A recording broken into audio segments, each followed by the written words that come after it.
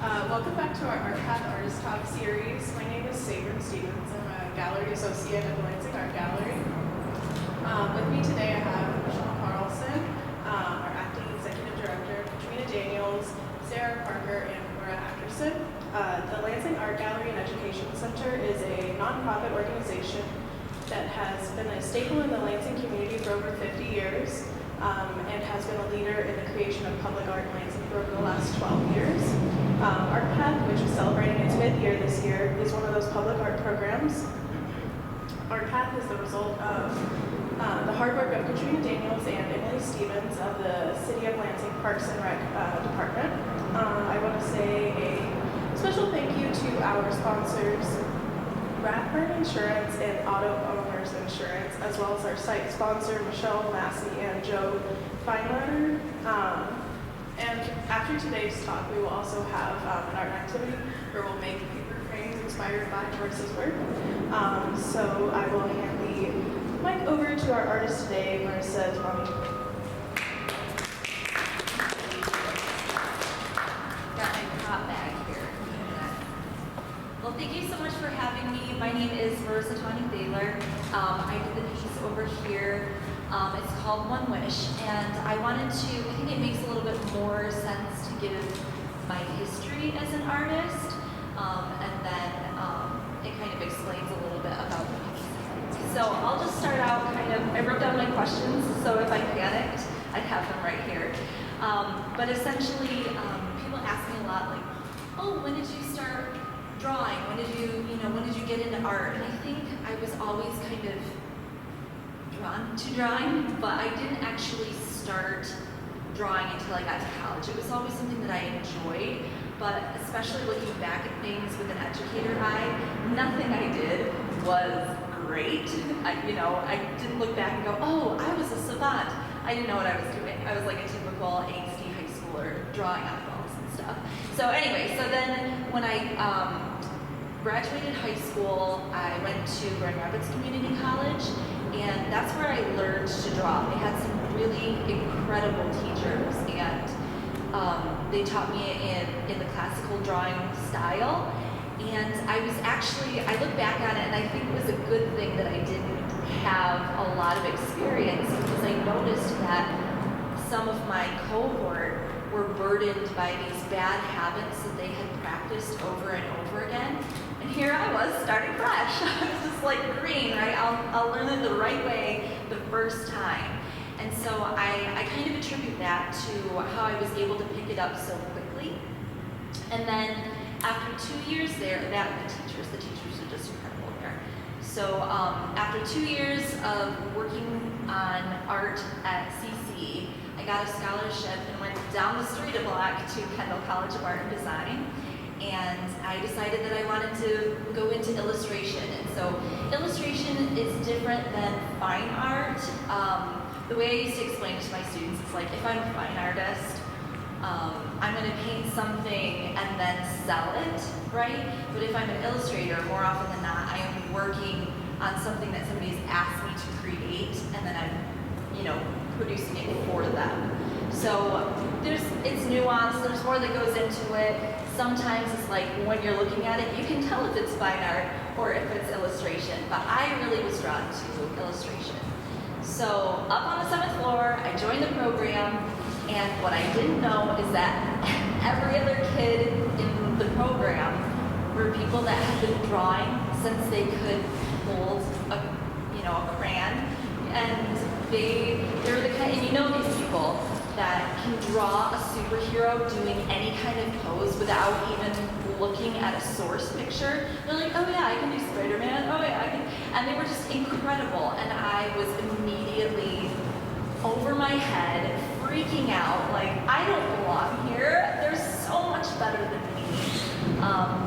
But because of feeling so inadequate, I worked maybe at least twice as hard as anybody that I was in class with.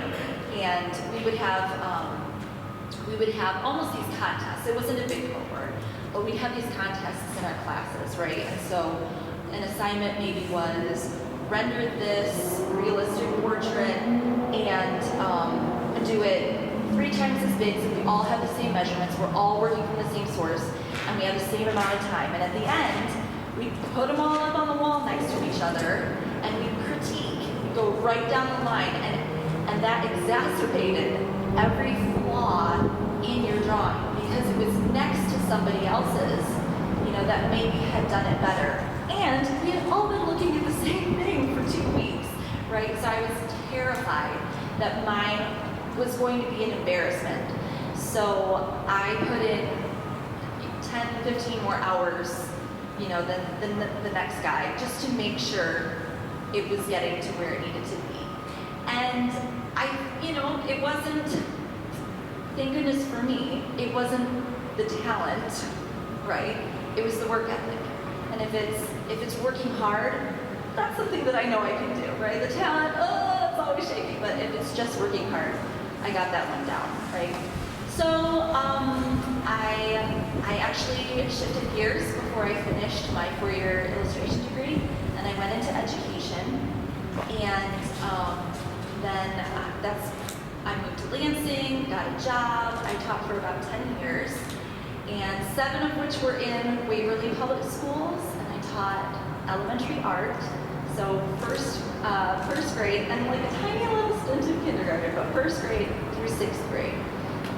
And it was the first time that I was like, oh my gosh, I'm really good at something. Like I was a really good teacher, and it was kind of this great thing that I could bask in. So then when I didn't take care of myself and burned out, because let's be honest, education is brutal. It's so exciting. It's a sprint and a marathon, and if you don't take care of yourself, you're gonna get burned out. And I got burned out. So when it got to the point where I was thinking, I can't do this anymore. I don't even like it, let alone love it. I felt betrayed by my passions, and when I left, I had like this crisis of identity. Like it was always, hi, I'm Marissa, I'm a teacher, I'm a teacher. And then I wasn't a teacher anymore. And it was just like this panic set in. Like, what am I gonna do now? Like I knew I was gonna go into illustration, because that's what my other background is in. And I had been working, this whole time to kind of foster my art on the side during Christmas and summer breaks and stuff. But when I left teaching, I just needed something to heal. And so the little inspirations. I did 4 little origami drawings with little sayings underneath that I felt spoke to me. And then I posted them on Facebook, like you do, that's like, oh, I did something, I'm gonna post it out. And it got such a huge positive response from people, and it made me feel like, oh, maybe people are resonating with this like I do. So then I did 4 more origamis and posted those out, and people were like, can I buy these? Can I buy these? And I was like, oh, that's so good, because I don't have a paycheck anymore. Like, let's do this, right? So then it became my little drawing folded paper series, is what I call it. And it just uses origami, mostly animals, and I pair it with little sayings underneath it, right? The narrative. So one of the questions that was sent me was like, what kind of work are you drawn to? And I think across the board, I love pieces that are narrative. I want to feel a story in it, and whether it's it doesn't have to be representational, right? It can be abstract. But if I feel that there is a story behind it, that's the kind of thing that I'm drawn to. So, since then, that's kind of what I'm doing now. Trying to break into the children's book world, which is awesome and hard and scary, but everything is hard and scary all the time, so. And then just recently this year has been kind of my first foray into mural stuff, and now I've done 5 or 6 this year. which has been a really, really cool thing. So this is my first outdoor mural. So when I got it, I got the email that my piece had been selected, and I was at book club.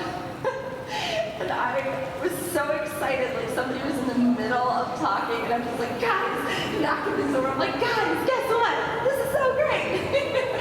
So anyway, and then I realized, oh my gosh, this thing that I said I could do, now I have to do it. And I was like, oh, is this actually realistic? I really, I've got like this absurd confidence that I don't necessarily like know where it comes from, where I'm like, oh, I can pick it up, so I'll just do it. So I brought my props here today to show you kind of the process. So it's covered in paint now, but this was my original layout, I suppose. And I think it's pretty close to what I submitted, but the measurements, you didn't know if it was going to be accepted or what wall it was going to go on, so the measurements had to be, subject to change and everything, and morph it and redo the math, which took me a full day, to figure that stuff out. But this was, from the beginning, this was kind of the color palette I was working with. So just to go through the process, right? And literally, I'm a big list maker, so I have my to-do lists all the time, like, what do I need to do? And I literally had on my list, like, 2 or 3 days in a row, think about the mural. Like, think about how you're actually gonna do this. Like, plan it out, because you can't just get there and expect it to work. So here's what I came up with. I knew I wanted to do close to 1,000 circles, right? And so I got the measurements in an email of the wall I was going to be on, and so I cut down a template, and it's blue on the top and blue on the bottom, so I didn't accidentally turn it like this and screw everything up. But the sides and the top is the amount of space I needed between the circles, and then the circle obviously is the size of the circle. So I just started up at the top, and I put it here, and I went line, line, circle, line, like that. And I started at the top, and I worked my way down. Well, first I primed it.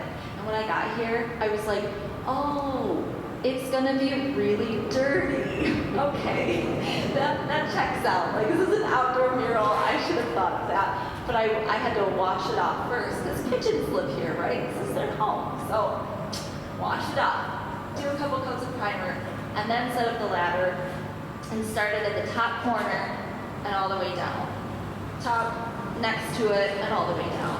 And then did that all the way across. And that took me the first day that I was out here working. The second day, I took and finished up all the circles that I couldn't get. You see how it's broken and everything? That's because I had to fold it, because there are some spaces that, like at the bottom and around that box there, I couldn't use the full circle, so I didn't want to ruin my template before I had to. So the second day, when I only had a few left, I went ahead and broke it, bent it over so that I could get the rest of those in. Then I started painting, and I started at the top where I had started the circles, and I just had my paintbrush. I'm like, okay, just stay in the lines. And what I started to do was count. Okay, this is a green one, and then down one is another green one, and then down 2 more is a little different color, so I'll mix that color up. And then after a while, I was just able to kind of intuit and just kind of look back at this and let go of the control just a little bit. But I got about to here on day 2 of the painting, or I'm sorry, on day 2, which was day 1 of the painting. And then on day 3, I got pretty far, maybe around here. So Jamari, who's the artist for this one here, she's lovely. I was like super pumped to be working next to her. She was lovely. So we were just texting back and forth and everything. Oh, when are you gonna go back in? Yeah, okay, I'll see you when you get there. And she texted me the third morning, or the fourth morning. She says, our murals are ruined. And I said, what? No, she said, my mural is ruined. And I was like, wait, what? And my thought, she's from Grand Rapids, my thought was after 3 days of like, oh, Lansing is so awesome, I love it here, you should love it too. Somebody had tagged her piece before it was done, and my heart just like fell in my butt. I was so mad. And she's like, no, it's running, and yours is too. And I'm like, what? So flew down here, and it was raining, but I was like, how is rain getting in? It's under a bridge, how is it getting in? Well, what we actually realized is that it wasn't rain, and it wasn't leaking in anywhere, it was the condensation.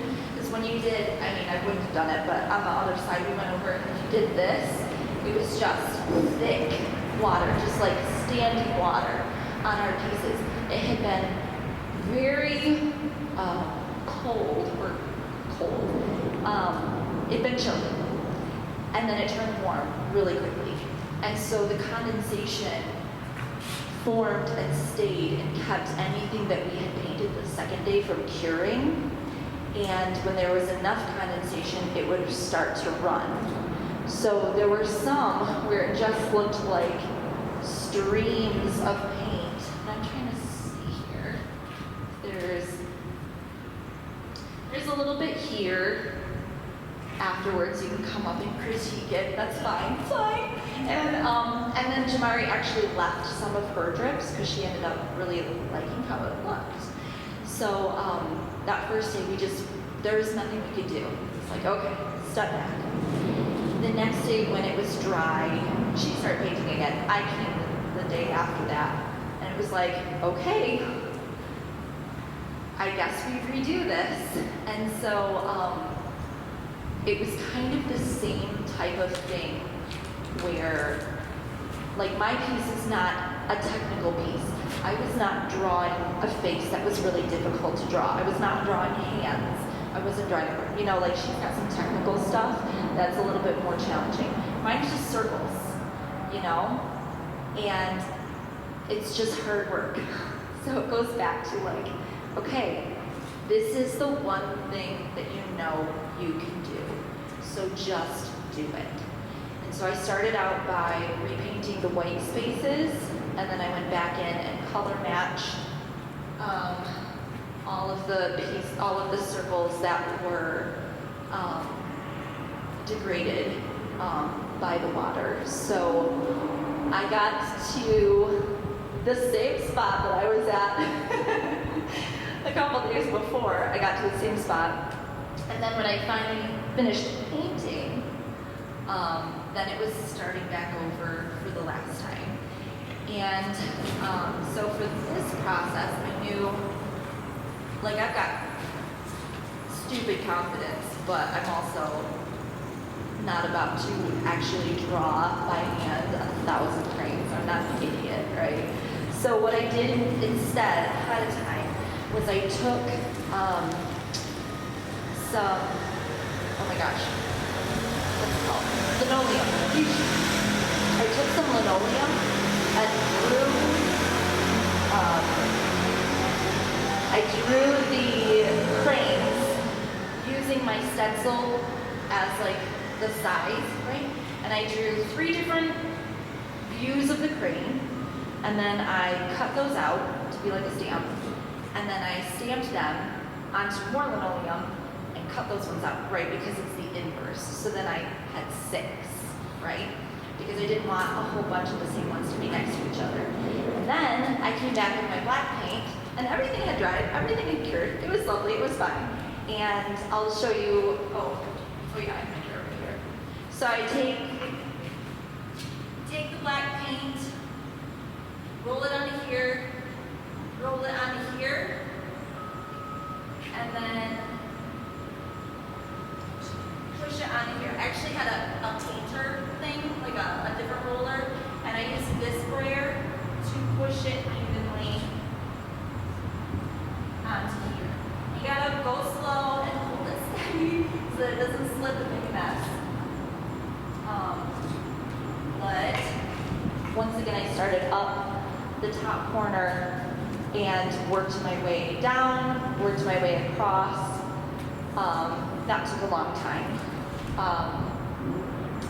But I got done. It was fine. I think it came to 52 hours total. So not crazy. People work 60 hours in a week. It's fine. So the idea behind the piece is from that story that, I don't know, like I've been talking to other people about this, and it feels like women my age must have had this in their curriculum when they were in elementary school, because a lot of, specifically women that were in school around the same time that I was, know this story, right? And the book is actually a children's book based on, like a young adult, based on the actual historical story. And the book is by Eleanor, I can't even read my writing, something that starts with a C, right? But it's called, her book is called Sadako and the Thousand Paper Cranes, right? But it's based on Sadako Sasaki. And she was an actual person that was born in 1943. So she survived when the bomb fell on Hiroshima, when we bombed Hiroshima, okay? And she and her mom, when they were fleeing, got caught in like the black rain, okay? So then she survived it, and then 10 years later, she has leukemia. Obviously, this is an after effect from the radiation that she sustained. Excuse me. So there's a myth that, or like a legend, right, in Japanese culture that's like, if you fold 1,000 paper cranes, the gods will reward you a wish. So the idea was, I'm going to fold 1,000 paper cranes, and I'm going to wish that my leukemia goes away. And the story goes that she made it to like 640 before she succumbed, and then her classmates took over, and it was like this really beautiful act of like honoring her. In actuality, she got over 1,000, and then kept going. There was still a lot of that camaraderie, and she is, she's known and loved as like, I don't want to say like a poster child, but she represents a lot of, especially children that were affected by the bombings. So they look up to her and kind of honor her and revere her as like a really powerful person and symbol of this horrible thing that happened, right? So there's actually in Hiroshima, there's a sculpture of her with a crane behind her. It's really beautiful. So the idea was to do 1,000 of my paper cranes, and just in this aftermath of coming out of the pandemic and moving on with life and healing, right? Healing is the pervasive thing that I think is threading its way through a lot of things that we're doing nowadays, is healing from this pandemic. Yeah, I think that's my history and about the mural. And let me just double check to see, because these were really good questions. They were like made for me, and then I just didn't even pay attention to them.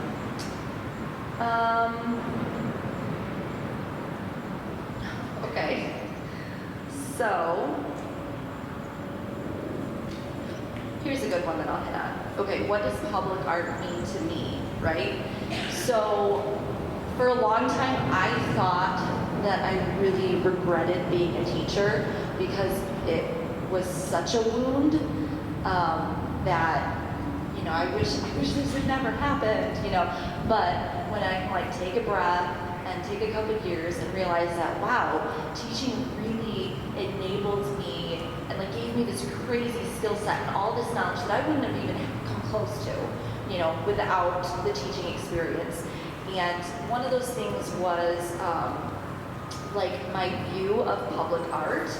I used to do a lesson with my fourth graders, and because they love Banksy. Like, you have to be really careful with what images you show a bunch of fourth graders of Banksy, because he is a little bit, he can be controversial, right? So we would have this day where we would talk about and debate, okay? Like, here's this Banksy piece. It was found on a building that was going to be destroyed. What do they do with it? Is a gallery allowed to come in and take it and then have it in their gallery? Or do you let this piece by one of the biggest artists in street art, like this huge movement of our day, right? Do you let it get demolished when you could save it? And so we'd split up into teams and we'd go back and forth, and most of the time they would decide, excuse me, they would decide this, you know, street art is art for the people. It would be wrong to take it to a gallery where it wasn't for everybody. Like, even if it's $1 to get in, you're already excluding people, you know? And it was just this amazing thing. So then to see just that lesson that I teach over and over again. But then when I got here, and I was talking to Ben earlier about it, I noticed there's a couple of tags. I don't know if I can see them now, but tags as in people have written their handle or name in one of the circles.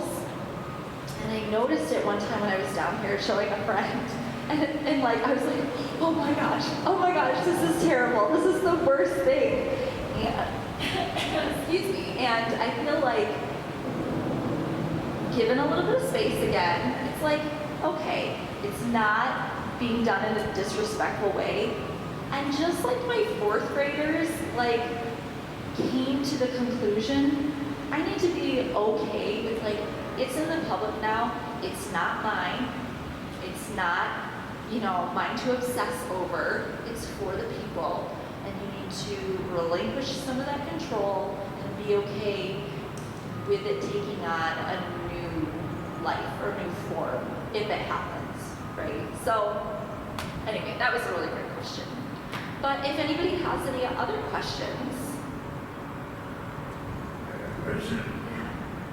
I want to know how you got the circles behind that box. How I got those circles behind that box. It was really a heavy box to move. No, there's no circles behind that box. There's a lot of pigeon poop behind that box. Yeah, on the top too. Yeah, it was super gross. I got home and I was just like the smell was, I smelled like the pigeons, and it was, I don't know, they were a little bit, they were unnerving for the first day because they just like flutter out of nowhere at you. But then after a couple of days, you're like, it's fine, you do your thing. Marissa, did you like working alongside other artists while you were painting? Yes, so much. I loved it. And like, I don't know, it's just because they were like really cool people. I don't know if everybody lucks out like that, but so this was Jamari, and then that was Nick, and we all started on the same day. And it was really funny. So Nick and Jamari are both from Grand Rapids, and they both knew and followed each other's work, but they didn't actually meet until we were all standing here under the bridge. We're like, oh, what a crazy coincidence. So there was a point in time where I think it was on day 2, we were all painting, and a good ways into our work, and you do the thing where you put your stuff down and you step back and you look at it, right? And then you get back to work. Well, we were all kind of doing that, and that's just something you do, so it didn't seem odd. But I let it fly, since I'm an open book, that I'm like, I'm kind of panicking, because I think I hate this. I don't think this is looking good. And come to find out, all three of us were in the same place where we were all panicking about our own work and then looking at the other two going, oh my gosh, they have it all together and theirs looks so good. Like all three of us at the same time were in the same place. It's like, okay, solace, we'll be fine. So yeah, they were wonderful people. I was the last one standing though. Nick got done really quickly.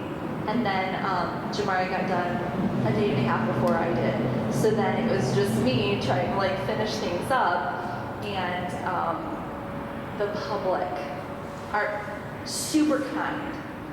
Loved having the conversations. But at that point I was so tired and filthy and was like, I don't want to talk to anybody. I was listening to like Dateline just constantly. And the thing I got the most was, did you do that one too? And I'm like, no, I'm doing the one I'm currently working on. Like, don't interrupt me for a dumb question like that. All of Lansing, but I was in a bad mood then, so. That was a follow-up question I was going to ask you, because when I'm out here, like scholar signs or just working on different things, like people will like bike by and like yell out words of encouragement, and like, and it's so lovely and so kind. And every year that I've been part of this project, people have like biked by and I'm like, thank you, or you're doing a good job or something. So did you find like that interaction with the public, or how did you find the interaction? I thought it was awesome, and like you said, there was a lot of people that were like, oh my gosh, that's awesome. We got a couple people that were like, how much did you have to pay to do this? And we're like, that's not how it works. And what was really great is that, like, I love Lansing. I really and I'm from Grand Rapids, right? But I really truly love Lansing. And so for them to be from a different city and be here, I just felt like Lansing was just shining so bright. Everybody just like drive by or, you know, come by and like, oh, you're so awesome. And I'm like, oh, thank you. You know, like, thank you for also the compliments, but also just really showing off like the positivity and the loveliness of the city. We really didn't have any bad interactions. So yeah, and nobody tagged our work or anything like that. It was fine.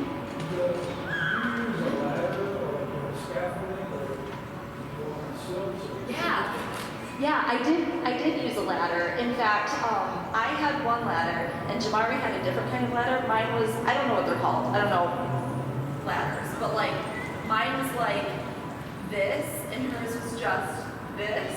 Does that make sense? So she was using like the one that just went straight up and you leaned on the wall, and she was like, I don't like this. I don't think I can use this. And here I am trying to get like straddle the ladder, and I'm like, this is so stupid. Do you want to switch? So we switched ladders, and it worked out so much better. Yeah, it was just like the most perfect timing. It was like, are you thinking what I'm thinking? It's a lot taller up there. Then like you feel so much higher than you expect to. I don't have like a real huge fear of heights until I'm like up there and it goes like this just a little bit. I'm trying to balance things, but it was fine.